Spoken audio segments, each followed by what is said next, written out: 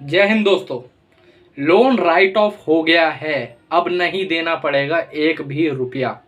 जी हाँ दोस्तों, loan right of हो गया है, अब नहीं देना है एक भी रुपया लोन का। जी हाँ दोस्तों, आज मैं आपको लोन राइट ऑफ होने के बाद आपको क्या क्या करना है और लोन राइट ऑफ होने के बाद आपको पेमेंट करनी पड़ेगी कि नहीं करनी पड़ेगी और ईएमआई पे करनी है कि नहीं करनी, इसके बारे में हम आपको इस वीडियो के अंदर बताने वाले हैं और कुछ पर्सनल एक्सपीरियंस बता भी देंगे आपको इसके अंदर, ठीक है, अपने क्लाइंट के A to Z। और इसके बाद क्या क्या करना होगा, सेटलमेंट कैसे करनी होगी, ये भी हम आपको इस वीडियो के अंदर पूरा का पूरा बता देते हैं, ठीक है। चलिए, वीडियो में आगे बढ़ने से पहले अगर आपकी किसी भी प्रकार की परेशानी है तो आपका ये दोस्त, आपका ये भाई, आपका ये शुभचिंतक हर्ष कुमार यहाँ पर बैठा हुआ है। स्क्रीन पे मेरा नंबर आ रहा होगा, डिस्क्रिप्शन बॉक्स में मेरा नंबर है। आपको किसी भी प्रकार की परेशानी, जैसे कि लोन से रिलेटेड हो या फिर हैरेसमेंट से रिलेटेड हो या फिर किसी और भी प्रकार से रिलेटेड हो, सेटलमेंट से रिलेटेड हो, तो इस नंबर पे आप मुझे मैसेज कर सकते हैं व्हाट्सएप पे, ठीक है। चलिए वीडियो में आगे बढ़ते हैं। तो ये राइट ऑफ होता क्या है पहले तो जानते हैं, ठीक है। राइट ऑफ दरअसल 180 दिन के बाद होता है। राइट ऑफ की मीनिंग होती है जब बैंक अपने बही खाते से हटा देता है, आपका जो लोन है वो अपने बही खाते में से हटा देता है। ऐसा क्यों करता है लोन, बैंक ऐसा क्यों करता है? बही खाते में से मतलब उनके अकाउंट में वो शो ही नहीं होगा। हाँ, उनका जो एनपीए रेशियो होगा उसमें वो शो ही नहीं होगा भाई साहब। राइट ऑफ के बाद अगर आपका लोन राइट ऑफ हो गया तो वो उनके यहाँ पर शो ही नहीं होगा। तो क्या इसके बाद मुझे एक भी रुपये नहीं देना पड़ेगा जब उनके यहाँ पर शो ही नहीं हो रहा? तो नहीं नहीं जी, ऐसा भी नहीं है, ठीक है। बैंक दरअसल ऐसा करता क्यों है बता रहा हूँ, ठीक है। जैसे मान लेते हैं किसी भी बैंक का जो एनपीए रेशियो होता है वो हमेशा ही 20% से नीचे रहना चाहिए। अगर वो 20% से ऊपर बढ़ता है तो वो जो बैंक है वो दिवालिया घोषित हो जाता है। दिवालिया, जैसे अपना विजय माल्या दिवालिया घोषित हो गया था ना, वैसे ही बैंक भी दिवालिया घोषित हो जाते हैं।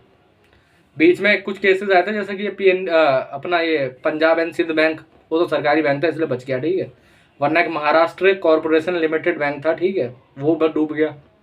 और भी बहुत सारे ऐसे बैंक डूबते रहते हैं डेली डेली, ठीक है। उनका एनपीए रेशियो 25% हो जाता है, 24% हो जाता है, तो वो डूब जाता है, ठीक है। अब तो बैंक एनपीए से बचने के लिए, एनपीए रेशियो से बचने के लिए आपका जो लोन है वो राइट ऑफ कर देती है। अब राइट ऑफ के बाद आपको एक भी रुपया क्यों नहीं पे करना? पहले तो जब आपका लोन एनपीए हो जाता है उसके बाद आपको एक भी किस्त पे नहीं करनी, ठीक है। अगर आपका लोन एनपीए हो गया है और आपने एक भी किस्त पे करी है तो आपका जो इतना पैसा है वो ब्याज पेनल्टी जुर्माने में ही चला जाएगा। जी हाँ, ब्याज पेनल्टी जुर्माने में ही आपका सारा पैसा चला जाएगा, ये सच्चाई है। तो राइट ऑफ के बाद जो है कि हमें मैक्सिमम सबसे अच्छी डील मिलती है, ठीक है। अब मैं अपने एक क्लाइंट का केस बताता हूँ आपको, ठीक है। उनका जो लोन था वो था 10 लाख रुपए का, ठीक है। अपना एक लैंडिंग कार्ड ऐप आता है, उससे उनका लोन था, ठीक है।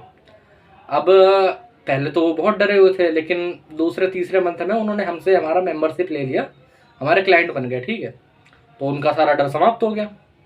अब उन्होंने ऐसे ही करके राइट ऑफ तक चला लिया। राइट ऑफ के बाद 7th 8th मंथ तक उनका जो सेटलमेंट है राइट ऑफ के बाद, बाकायदा आप बात नहीं मानोगे, 10 लाख का लोन 90,000 रुपये में सेटल हुआ है। 9%, 90,000 रुपये में 10 लाख का लोन सेटल हुआ है। वो तो कुछ गलत कदम उठाने की सोच रहे थे, मेरे पे कह रहा था कि जी मैं तो बचूंगा नहीं, मैं तो छत से कूद जाऊंगा, ये कर लूंगा वो कर लूंगा। मैं कहा नहीं, आपको ये सब करने की जरूरत नहीं पड़ेगी, हम बैठे हुए हैं, हम देख लेंगे, क्या दिक्कत आ रही है। अरे लोन राइट ऑफ के बाद ही तो अच्छी डील मिलेगी। जब कंपनी के वही खाते में ही नहीं रहा है चीज़, तो कंपनी उसे हटाने की सोचेगा, परमानेंटली हटाने की सोचेगा ना। तो इसीलिए सबसे मेन डिस्काउंट उसके बाद ही मिलता है। अब हाँ, जब एनपीए हो जाता है उसके बाद राइट ऑफ के बीच में आपको एक भी रुपया पे नहीं करना है, और राइट ऑफ के बाद भी आपको कभी भी एक रुपया पे नहीं करना है। जो करना है आपको वन टाइम सेटलमेंट, मतलब ओटीएस करना है। जो भी होगा, आपका लोन 1 लाख का है, 10 लाख का है, 50 लाख का है, 1 करोड़ का है, डजेंट मैटर, हमारे लिए वो मैटर नहीं करता। हम तो इससे बड़े बड़े सेटलमेंट करवाते रहते हैं, कोई बड़ी बात नहीं है, ठीक है। जब भी लोन एनपीए से राइट ऑफ के बीच में हो आपको 1 रुपया पे नहीं करना, ठीक है, अगर आपको अच्छी डील चाहिए तो, ठीक है। और राइट ऑफ से सेटलमेंट के बीच में भी आपको 1 रुपये पे नहीं करना। अगर आप 1 रुपया भी पे करते हो ना, तो आपका जो डिस्काउंट था, जो कि 15% 10% आपको मिल सकता था, वो सीधे गिर के 30% पे आ जाएगा। जी हाँ, 30% पे आ जाएगा। मान लेते हैं आपने 10 लाख का लोन ले रखा है, 30% हुआ 3 लाख, और वही 10% होगा 1 लाख। आपका 10 लाख का लोन 1 लाख रुपए में क्लियर होगा, 1 लाख रुपए में। और वहीं पर जब आप 1 रुपया भी पे कर देते हो तो उसके बाद आपका जो स्टेटस है वो राइट ऑफ में नहीं गिर पाएगा, क्योंकि भाई आपने जब तक आप पेमेंट करते हो तब तक राइट ऑफ एनपीए कुछ नहीं हो सकता, ठीक है। एनपीए के बाद भी अगर आप किस्त पे कर रहे हो तो वो एनपीएस में से हट जाता है, पता है। जी हाँ, इसीलिए कभी भी एनपीए और राइट ऑफ के बीच में आपको, और राइट ऑफ के बाद भी आपको 1 भी रुपया पे नहीं करना है। अगर आप 1 भी रुपया पे करते हो, 1 भी रुपया, जी हाँ, तो आपका जो स्टेटस है वो सीधे सीधे गिर जाएगा। आपके केस में उन लोगों को अभी भी जान लगेगी और वो कोशिश करते रहेंगे रिकवरी की। जी हाँ, आपको दरअसल करना क्या है, सिंपल एंड शॉर्ट आंसर, आपको ये जो राइट ऑफ होता है उसके सीधे बाद सेटलमेंट का ऑफर रखना है। वो वहाँ से बोलेंगे कि जी हम 40% पे कर लेते हैं, नहीं आपको बोला नहीं नहीं नहीं नहीं, आपसे पहले जो ऑफर देखे होते तो 30% पे दे गए थे। वो कहेंगे जी कोई बात नहीं, हम भी 30% पे आ जाते हैं, बोलिए और बोलिए। तो आपको कहना नहीं नहीं, अब हम 30 पे नहीं करेंगे, अब हम 10 पे करेंगे, ठीक है। तो वो नहीं मानेंगे। 1 मंथ बाद दूसरी एजेंसी के पास जाएगा, वो बोलेंगे जी एक काम करिए 30% पे कर लीजिए। वो आप बोलेंगे नहीं नहीं वो तो 20% बोल रहे थे, तो वो बोलेंगे हम 20% पे आ जाते हैं। तो आप बोलना 20 पे नहीं करूँगा, मैं तो 10 पे करूँगा। वो बोलेंगे नहीं कर लीजिए कोई बात नहीं, आपको बोला नहीं मैं नहीं करूँगा। नेक्स्ट मंथ जिस एजेंसी के पास जाएगा, आप सीधे कहेंगे भाई वो तो 15% का ऑफर दिया था। वो कहेंगे ठीक है जी हम भी 15% का ऑफर दे देते हैं। ऑफर कभी बढ़ेगा नहीं, कम होता रहेगा जितना हो सकता है, ठीक है। तो जैसे ही आपको ये चीज़ें दिख रही है, जैसे ही आपके साथ ये चीज़ें हो रही है, तो आपको जैसे ही 10 से 15% के बीच का ऑफर मिलेगा उस टाइम पे आपको सेटलमेंट कर लेनी है। सेटलमेंट हमेशा ओटीएस करनी है, ठीक है। सेटलमेंट लेटर चेक करना है, एक एफिडेविट बनवाना है साथ में।